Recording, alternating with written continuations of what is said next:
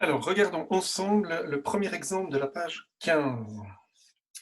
Donc, on va commencer par dessiner les points A et B sur le dessin ici. Donc, premier point, c'est le point 1, 3, donc une fois dans la première direction, et puis 1, 2, 3 dans la deuxième. Donc, notre point A se trouve ici.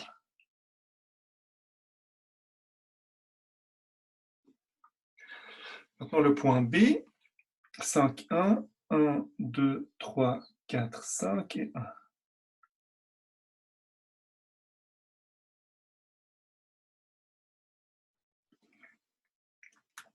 Donc, vu ce qui précède, si on veut écrire les vecteurs, les rayons vecteurs de ces points, le rayon vecteur du point A, il est ici.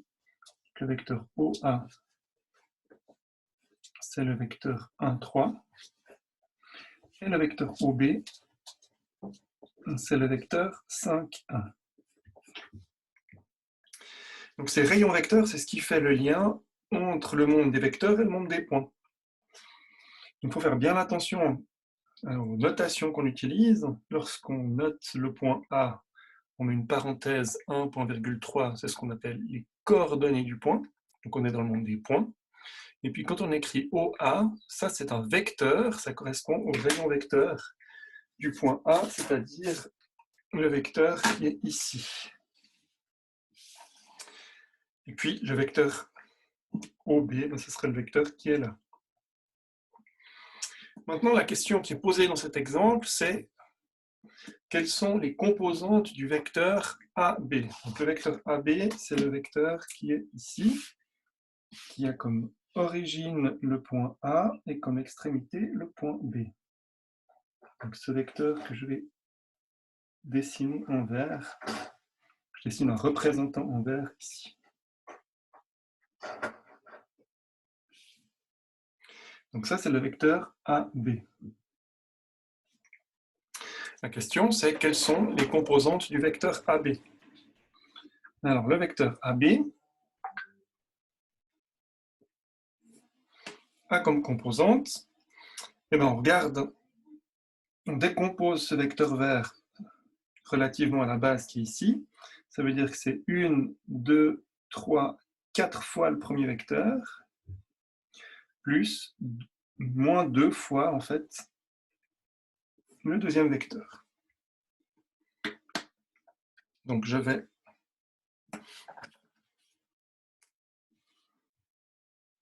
dans cette direction-là 4 fois. C'est 4 fois 1. Et puis après, je lui enlève le vecteur qui est ici.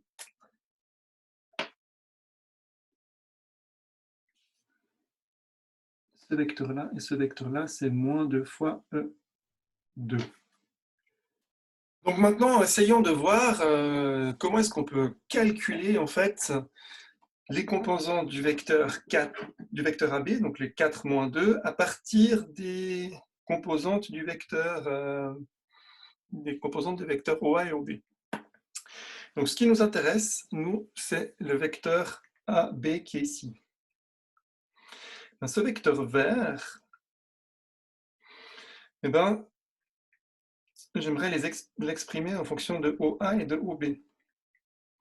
Alors, pour faire le chemin de A jusqu'à B, je peux faire moins le vecteur OA et plus le vecteur OB. Donc, en fait, AB, c'est moins le vecteur OA plus le vecteur OB. Que je peux aussi écrire OB moins le vecteur OA. Et puis maintenant, je peux faire la soustraction avec les composantes. Ça va me donner la chose suivante. Donc le vecteur OB, c'est le vecteur 5, 1. Je lui enlève le vecteur OA, qui est le vecteur 1, 3. Donc ça me fait 5 moins 1, 4. Et puis 1 moins 3, va me donner moins 2. Et j'obtiens bien les composantes du vecteur AB que j'ai simplement mesuré en fait sur le dessin.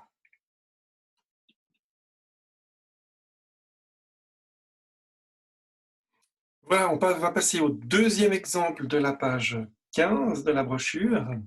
Donc là, l'idée de cet exemple-là, c'est d'utiliser le théorème qui est juste en dessus. Donc c'est le théorème qui est ici, qu'on appelle la règle de Schall, donc que l'on a vu sur l'exemple précédent. Dans ce premier exemple, on donne les coordonnées du point extrémité et du point origine du vecteur AB, et puis il faut calculer les composantes du point du vecteur AB. Donc, on a vu que le vecteur AB, c'est égal au vecteur OB, donc le rayon vecteur de l'extrémité, moins le vecteur OA, qui est le rayon vecteur de l'origine du vecteur. Le vecteur OB, il correspond aux coordonnées, les composantes du vecteur OB correspondent aux coordonnées du point B. Donc ici, c'est moins 5 et 8. Et je lui enlève le rayon vecteur du point A, donc ces composantes correspondent aux coordonnées du point A, donc 18, et puis moins 15.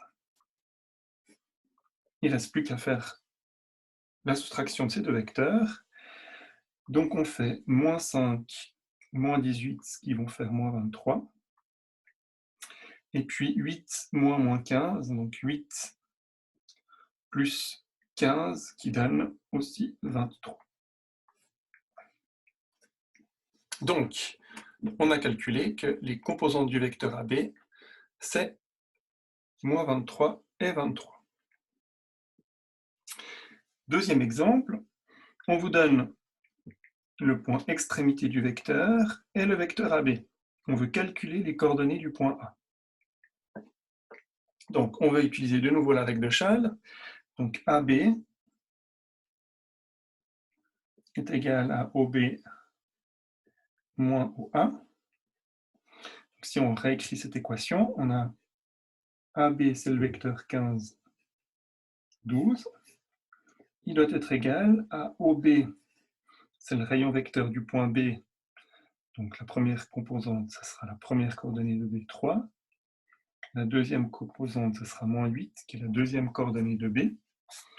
Et moins le vecteur OA.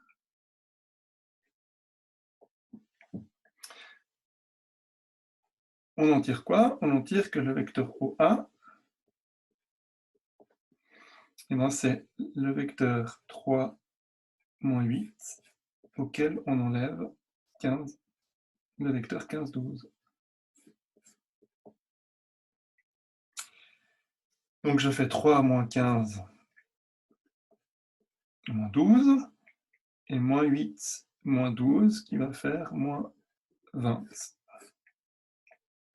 Donc le rayon vecteur du point A, c'est moins 12, moins 20, donc les coordonnées du point A, parce que c'est ce qu'on nous demande, c'est moins 12, moins 20.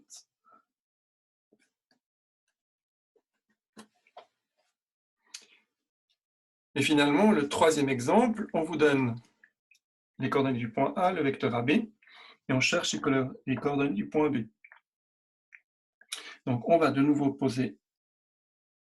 utiliser la règle de Schall.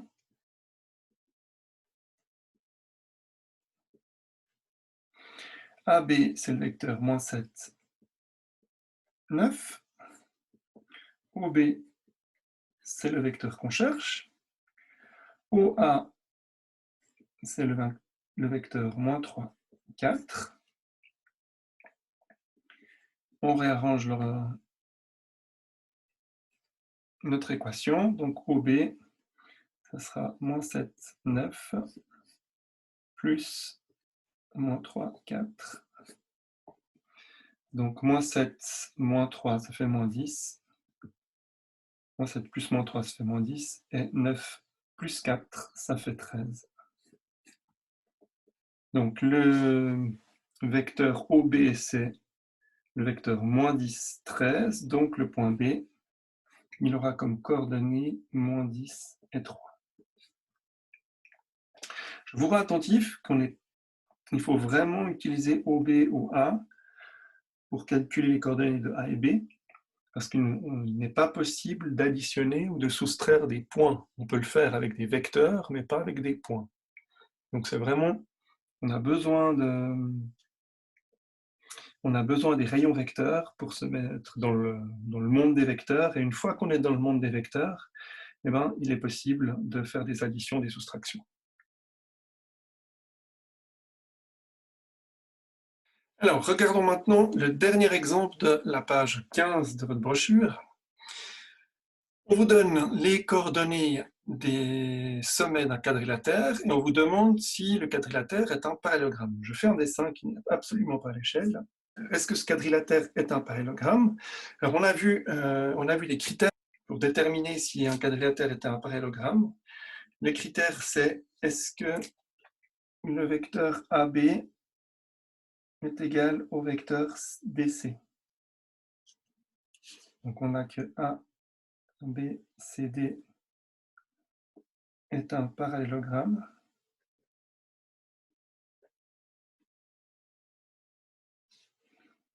Si et seulement si le vecteur AB est égal au vecteur DC. Le même résultat, on pourrait comparer les vecteurs AD et BC. Si le vecteur AD et BC sont égaux, eh ben, c'est un parallélogramme. On va regarder les vecteurs AB et DC. Donc on va utiliser la règle de Schall que l'on a vue tout à l'heure. On va calculer les composantes du vecteur AB. Donc je dois faire OB moins OA, c'est-à-dire le vecteur 5, 7, moins le vecteur moins 1, 3. On fait le calcul, 5 moins moins 1, 6, 7 moins 3, 4. Donc maintenant, on va s'intéresser au vecteur DC. Donc le vecteur DC, on fait aussi extrémité, donc OC moins OD. Le vecteur OC, c'est le vecteur 3, 2,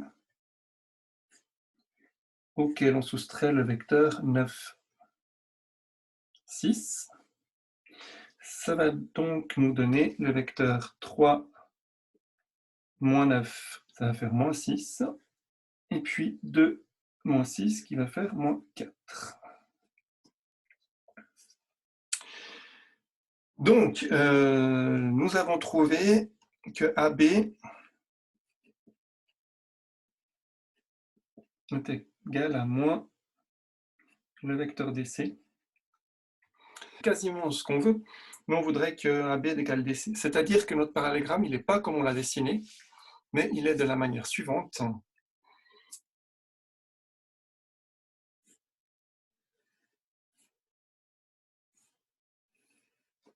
Si j'ai le vecteur AB qui est égal au vecteur moins DC, ça veut dire que le vecteur AB il est égal au vecteur CD. Donc, mon vecteur AB, ici, il y a cette tête-là, eh ben, il est égal au vecteur CD. Ça veut dire que le point C, il est ici, et le point D, il est là. Le vecteur CD. Donc, en fait, le quadrilatère ABCD n'est pas un parallélogramme. Donc, ABCD n'est pas un parallélogramme.